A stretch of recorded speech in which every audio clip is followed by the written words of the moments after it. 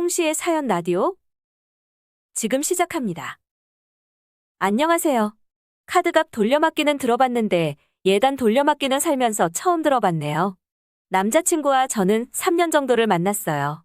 시간이 흐르니 누가 먼저랄 것도 없이 자연스럽게 결혼 얘기가 오가게 되었죠. 저희 집이나 남자친구네 집이나 정확하게 재산 규모를 따져본 적은 없었지만 겉보기에는 두 집 다 평범해 보였어요. 얼마 전에 오랜 공무원 생활 끝에 은퇴하신 예비 시아버지, 그리고 시모 시누이가 전부였고 예비 시누이도 직장 생활을 하고 있었으니 크게 문제가 있어 보이지도 않았죠. 저희 부모님은 각기 다른 프랜차이즈 매장을 3개 운영하셨는데 저희 집도 월세 내고 장사하는 입장이라 여유는 있었지만 누가 봐도 부자라고 할 정도는 아니었어요. 처음부터 예비 시어머니의 이상한 태도에 한 번쯤은 합리적인 의심을 해봤어야 했는데 가족들 사이라며 미련하게 그냥 믿고 넘긴 게 잘못이었어요. 결혼 얘기가 나오자마자 예비 시댁에서는 기다리고 있었다는 듯이 날짜를 콕 찍어 지정해 주시더라고요. 예비 시어머니가 여기저기 다니면서 알아봤는데 가장 좋은 날이라며 무조건 그날 해야 한다는 거예요.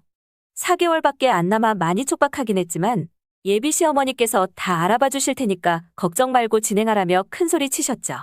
알아보느라 시간이 많이 걸리는 거지 누가 대신 알아봐 준다고만 하면 4개월도 억지로 맞출 수는 있겠더라고요.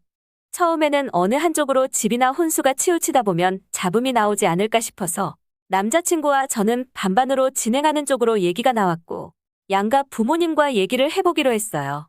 하지만 예비시댁에서는 단호하게 집은 그쪽에서 해결하겠다며 혼수만 좀 잘 챙겨달라고 하더군요. 그러면서 목록을 전달해 주셨는데 집에 와서 가격 찾아보고 깜짝 놀랐습니다. 살면서 쇼파가 1,000만 원짜리가 있을 거라고는 생각도 못 해봤습니다. 그뿐만이 아니었죠. 식탁이 500에, 옷장은 600에, 예비시댁에서 들으면 불편해할 수도 있겠지만 제가 무슨 재벌가에 시집 가는 것도 아니고 정말 억소리 말고는 아무 말이 안 나왔어요. 남자친구에게 물어봤어요. 예비시어머니께서 저한테 전달해준 리스트에 뭐가 들어있는지 아냐고요. 자기는 본 적은 없는데 물어봤을 때 엄마가 필요한 것만 추려서 알아서 적은 거니까 신경 쓸 필요 없다며 안 알려줬다고 하더군요. 그래서 제가 예비 시어머니가 주신 리스트에 가격까지 적어서 보여줬습니다. 이게 우리한테 필요한 게 맞냐고 물어봤죠. 남자친구도 당황했는지 엄마가 동생 거랑 착각한 것 같다고 하더라고요. 그래서 그게 무슨 말이냐니까 동생도 시집 가느라 지금 준비 중인데 아마 엄마가 정신이 없어서 동생 거랑 바뀐 것 같다고 하더라고요. 그때까지만 해도 그럼 그렇지 우리한테 이렇게 무리하게 요구할 리가 없지 하며 넘겼습니다. 근데 다음날에 예비 시어머니께서 저한테 직접 연락을 주셨어요. 그러면서 하시는 얘기가 자기가 아들 앞으로 해주는 집이 12억인데 집에 비하면 한참 저렴한데 혼수 좀 해오는 게 힘드냐고 하시더라고요. 좀 어이가 없었죠. 그래서 예비 시어머니한테 저희는 그렇게 과한 거 필요도 없고 이럴 거면 그냥 양가 지원 없이 저희가 할 수 있는 선에서 준비하겠다고 말씀드렸습니다. 예비 시어머니는 그래도 집은 가지고 있으면 계속 올라가는 건데 지금 저거 푼돈 조금 아낀다고 12억짜리 아파트를 포기한다는 거냐며 잘 생각하라며 저를 푸시하시더라고요. 집에 와서 부모님에게 말씀드리니 부모님도 좀 이상한 것 같다고 오래 걸려도 시간을 갖고 좀 천천히 생각해봐야 하는 거 아니냐고 하시더군요. 그때까지만 해도 남자친구를 너무 사랑했었고 괜히 결혼 준비하다가 한번 엎어지면 김 빠져서 결혼 못하게 될까봐 무섭기도 하고 5만 가지 무서운 상상에 빠져들었어요. 그러던 사이에 예비 시어머니께서 다시 연락이 와서는 그럼 혼수는 니들 알아서 하고 집에 보태라고 하시더군요. 갑자기 왜 이러시나 했는데 대신에 남들이 봤을 때 좀 그럴듯해 보였으면 좋겠다면서 예단은 정말 잘 챙겨왔으면 좋겠다며 당부를 하시더라고요. 근데 그것도 말뿐이 아니라 정리된 리스트를 주셨어요. 예비 시어머니의 모피코트, 예비 시아버지의 이탈리아산 원단의 3피스 수트에 신랑 시계랑 시누이의 명품 가방까지. 여기까지만 해도 가격이 정말 후덜덜했어요. 시계가 1,200만 원이면 특별한 기능이라도 있는 건가요? 살면서 1,200만 원짜리 시계를 제가 제 돈 주고 사는 날이 올 거라고는 생각도 못했습니다. 근데 거기서 끝이 아니었습니다. 예비 시할아버지, 예비 시할머니도 보통 다들 챙기나요?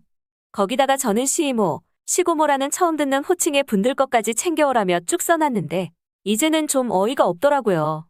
한 번도 아니고 2번씩이나 저렇게 무리한 요구를 하는 건 우리 집하고 결혼하는 걸 호구 잡았다고 생각하는 건지 이때는 정말 결혼을 엎어야 하나 진지하게 고민을 시작했어요.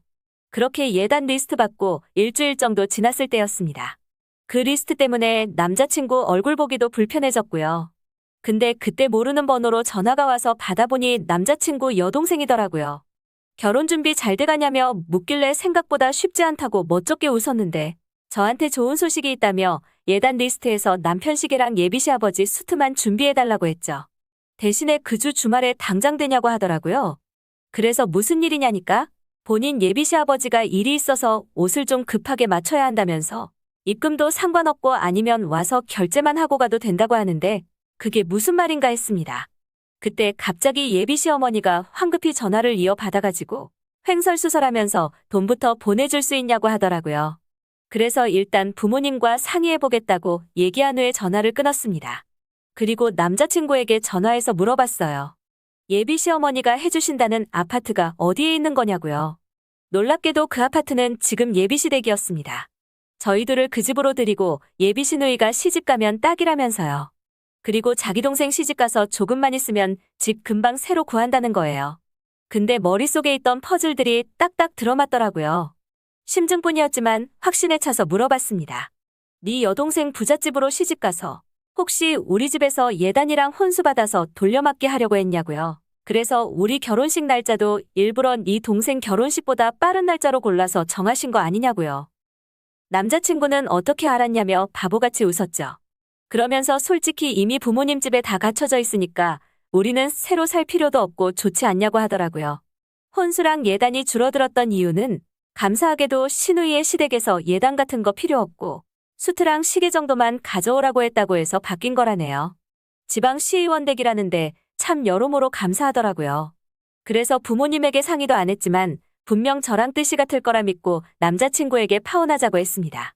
남자친구는 당황해하면서 뭐 때문에 그러냐고, 자기 부모님은 1년 안에 나갈 거라고, 그게 그렇게도 싫으냐며 포인트 잘못 짚고서는 주절주절 떠들더라고요.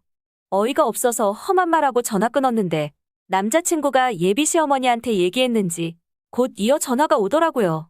그러면서 저보고 안 할 거면 진작에 안 한다고 하지. 왜 뜸을 들여가지고 자기 딸 결혼까지 위태롭게 만드냐며 화를 내더라고요. 없으면 없는 대로 살지. 분수에 안 맞게 살려고 하니까 문제가 생기는 거 아니냐고. 아줌마가 탐욕스러워서 자식 인생이 꼬인 건데 그건 생각 못하냐고 지적했더니 욕을 아주 찰지게 하시더군요. 더 이상 시간 뺏기기도 싫어서 차단해버렸어요. 부모님한테 말씀드리니 역시 저랑 뜻이 같으셨죠. 그리고 한참 동안 그 집구석이랑은 아무런 교류도 없었고요. 맘 같아서는 예비 시누이 결혼도 엎어졌으면 좋겠다고 생각했지만 제가 할 수 있는 게 딱히 없었으니까요. 그러던 어느 날 인터넷으로 연예기사들 보고 있었어요. 여자 배우 하나가 시의원 자녀랑 결혼했다는 기사였는데 그 시의원이 제가 혼수랑 예단해서 갖다 바칠 뻔한 시의원이더라고요. 아마 전남친 동생이랑 결혼이 엎어졌다는 뜻이겠죠? 탐욕에 눈이 먼 그 아줌마가 상실감에 파묻혀 있을 생각을 하니 정말 통쾌하더라고요. 처음으로 다른 사람 고통의 즐거움을 느꼈는데 이 정도는 즐겨도 되는 거겠죠? 홍시의 사연 라디오. 오늘 이야기 여기까지입니다. 재미있게 들으셨다면 구독과 좋아요 부탁드립니다.